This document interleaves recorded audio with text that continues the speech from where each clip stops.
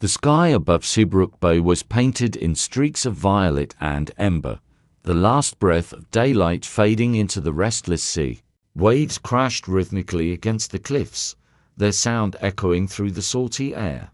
At the edge of the bay stood the Ocean Crest Resort, its windows glowing like hundreds of golden eyes in the growing dusk. For travelers, the resort was a sanctuary, a place of luxury, beauty, and escape. For Emily Carter, it was far more than that. It was her inheritance, her secret, and her shield. As the taxi curved up the long stone driveway, Emily pressed her palm against the cool window, her eyes fixed on the silhouette of the building that once belonged to her grandfather. The tall palms swayed in the breeze, their shadows stretching across the gravel like fingers reaching for her. Her heart pounded. -1 month earlier, her grandfather Henry Carter had died, leaving behind not only grief, but a will that had turned Emily's world upside down. While the rest of the family, her father Richard, her mother Margaret, her brilliant sister Victoria, and her arrogant cousin Daniel expected to inherit Henry's wealth and reputation, Henry had quietly and deliberately transferred ownership of Ocean Crest Resort to Emily, the granddaughter most ignored, the one dismissed as timid, insignificant, unworthy. As the taxi stopped before the grand entrance, Emily's reflection stared back at her in the glass brown eyes, steady, lips pressed tight. She whispered to herself, "Not timid. Not anymore." The grand dining room smelled of roasted garlic and fresh herbs. Crystal chandeliers sparkled above the long mahogany table where the Carters gathered. Emily slipped into her seat, partially hidden behind a column, deliberately placed far from the center. Plates clattered, wine poured. Her father, Richard, laughed loudly at one of Danielle's jokes. Her sister Victoria glowed as relatives praised her new promotion. When the waiter reached Emily, she ordered a simple salad. Richard raised his brows. "Only that? We could treat you, Emily, if your design business doesn't quite cover meals like these." Polite chuckles spread around the table. Daniel smirked, leaning back in his chair. "Yes, Emily, try the lobster. Don't worry, we'll cover you. Consider it charity." Emily kept her dignity. "The salad will be fine." Then came the surprise. The head chef himself approached their table. Upon spotting Emily, he gave a respectful bow. "Miss Carter, was the salad to your liking?" Emily smiled faintly. "Perfect, Antonio. Thank you." The room went silent. Victoria blinked. "You know the chef?" Emily shrugged. "We've crossed paths." No one knew she had personally hired Antonio months earlier. Later that night, Emily retreated into the quiet of the manager's office. Marco closed the door firmly behind them, his face drawn with concern. "I can't stand to watch this anymore," he said in a low voice. "You're the rightful owner of this resort, yet they treat you like—" Emily lifted a hand to stop him. "I know, but I need to see it through. I need to understand why they despise me this much." Her gaze moved toward the wide window. Beyond it, the sea churned under the moonlight, vast, cold, and unrelenting. The reflection of her face shimmered faintly against the glass. She looked like a stranger to herself, stronger, more determined. Marco nodded reluctantly. "Very well. But remember, your grandfather trusted you. He knew what he was doing." Emily's chest tightened at those words. She whispered, almost to herself, "I hope he was right." The next afternoon, when most of the family left for a yacht excursion, Emily slipped into her grandfather's old office.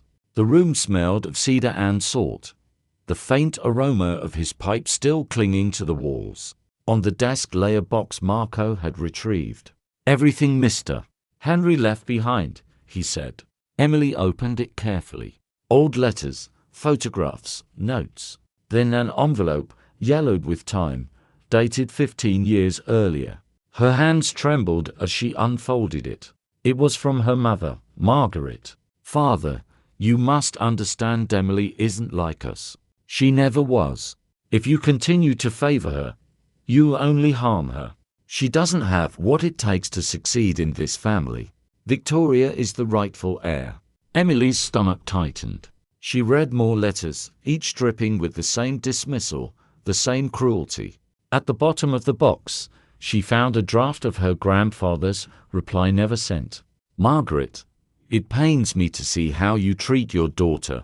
Emily has vision and spirit you cannot see. One day, you will realize the mistake. Tears blurred her eyes. It wasn't just rivalry. Her mother had orchestrated her isolation for years. Deeper in the documents lay something darker. Papers showing her father Richard and Daniel attempting to manipulate Henry into selling them the resort at a fraction of its value. False appraisals, fraudulent proposals.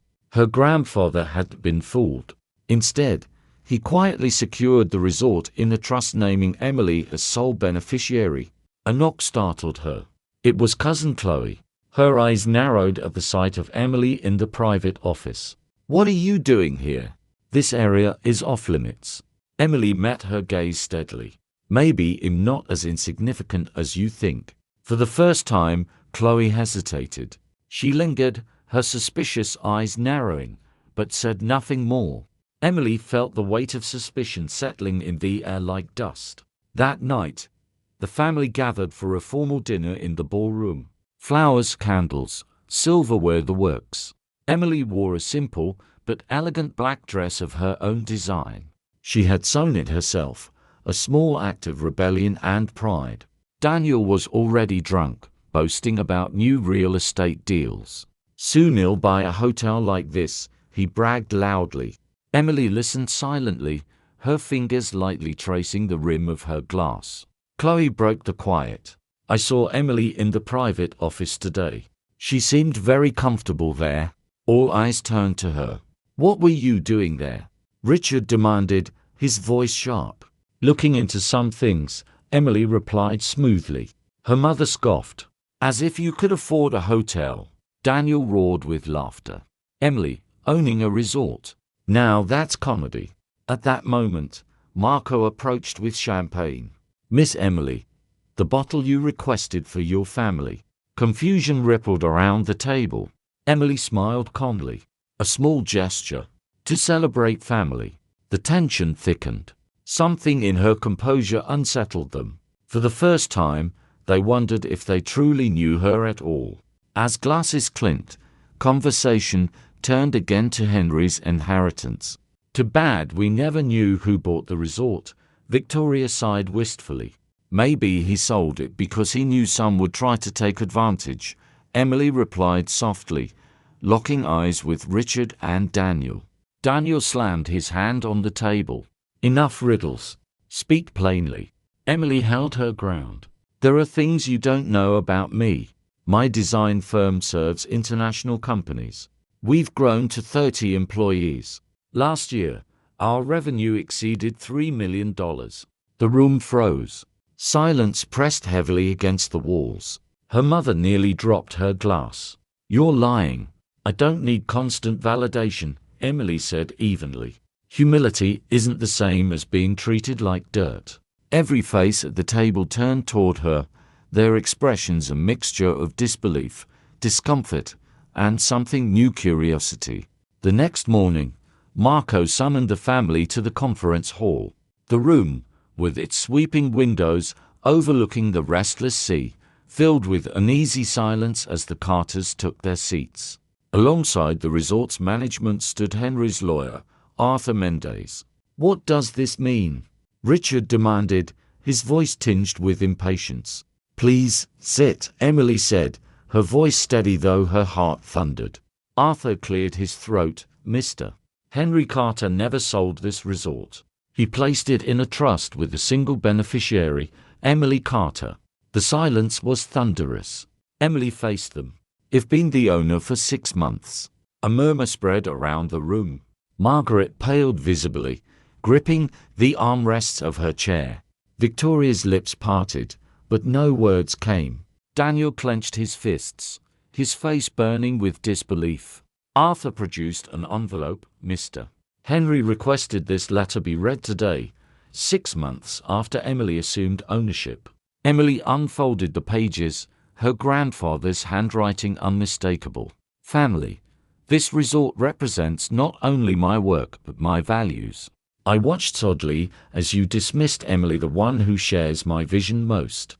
I leave Ocean Crest to her, because I trust her heart to heal what is broken. If you wish to be part of its future, you must first learn respect. When she finished, tears filled several eyes. The words hung in the air like a blessing and a curse. Margaret broke down first.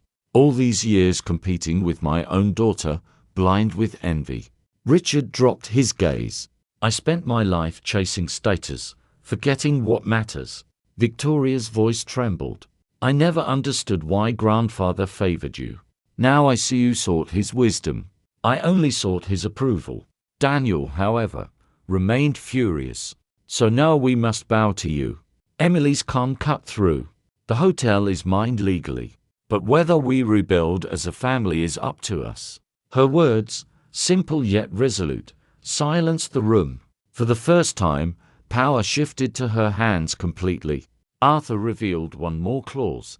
Emily could grant shares only to relatives who lived by Henry's values, not by flattery, but through actions. Emily proposed a family council not for operations, but to ensure Henry's legacy lived on through community work and philanthropy. Margaret wept. I don't deserve a second chance, but if you'll give me one, I'll try to be the mother I should have been. Emily whispered, that's all I ever wanted. A year passed. The Ocean Crest Resort thrived, now greener, more inclusive, with scholarships for local youth and rooms adapted for all. Emily and her mother met weekly for lunch, slowly mending their bond. Victoria returned to school for social work. Richard mentored young entrepreneurs. Even Daniel, after months of silence, returned asking for a role, not a handout. Room 105 was transformed into a small museum honoring Henry's vision. At its end, his letter hung framed. We don't build walls, but bridges. We don't offer rooms, but homes. Every morning, as Emily walked the halls, she felt her grandfather's presence guiding her. She had chosen not revenge, but healing. And in that choice, she found not only her strength, but her family's redemption.